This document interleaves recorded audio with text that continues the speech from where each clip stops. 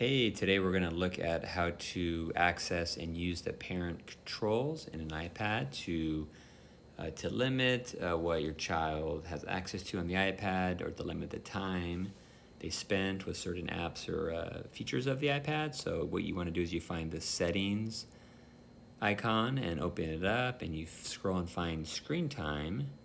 And you click on screen time, and then here you have all the controls for the iPad. What you want to do if you do want to create settings is you want to use the screen time passcode right here.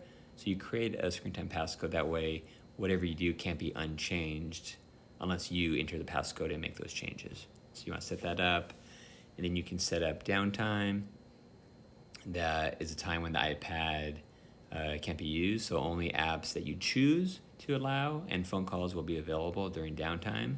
So you can set that on a daily schedule, or you can change and do customized days and have a different schedule when you want downtime from the iPad. And where it says always allowed, that's where you can determine which apps are available during downtime. And it could be nothing. You could take away FaceTime, messages, or you can add if you want to add apps that are still available during downtime. That's how you do that. So app limits, right below downtime app limits, you can open that up and select any app and then set an amount of time to be used every day on that app, a limit. So you can set 10, 15 minutes, an hour on Instagram, on social media, on Safari. You can set as many limits as you choose by doing app limits. You can also do communication limits if you don't want your child communicating with everyone. So it means messages, FaceTime. If you do contacts only, other people can't just text them or FaceTime them. It would be only one's contacts. So you can change that there. Also, or you can make it different during downtime as well. Or during downtime, maybe only allow communication with mom and dad, or big brother. So as I said that.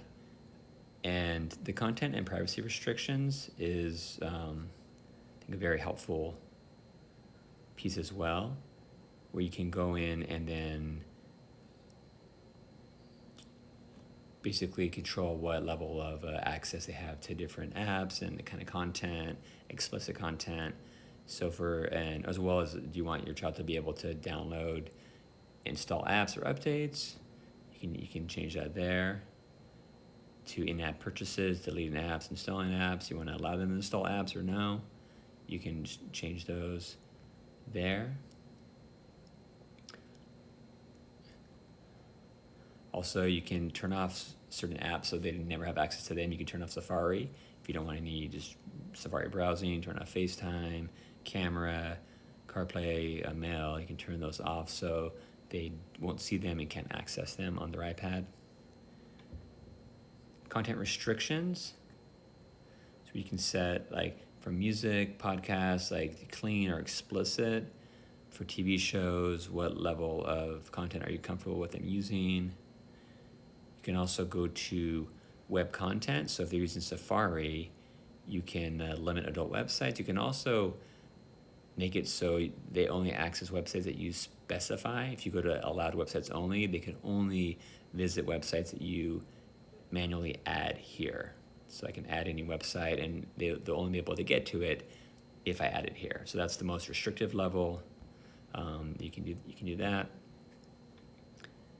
You can explicit language in Siri, in web search content.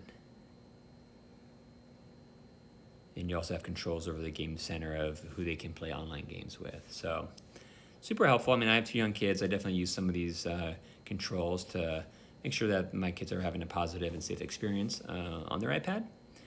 Check it out. It's under screen time. That's all for today, and we'll see you next time.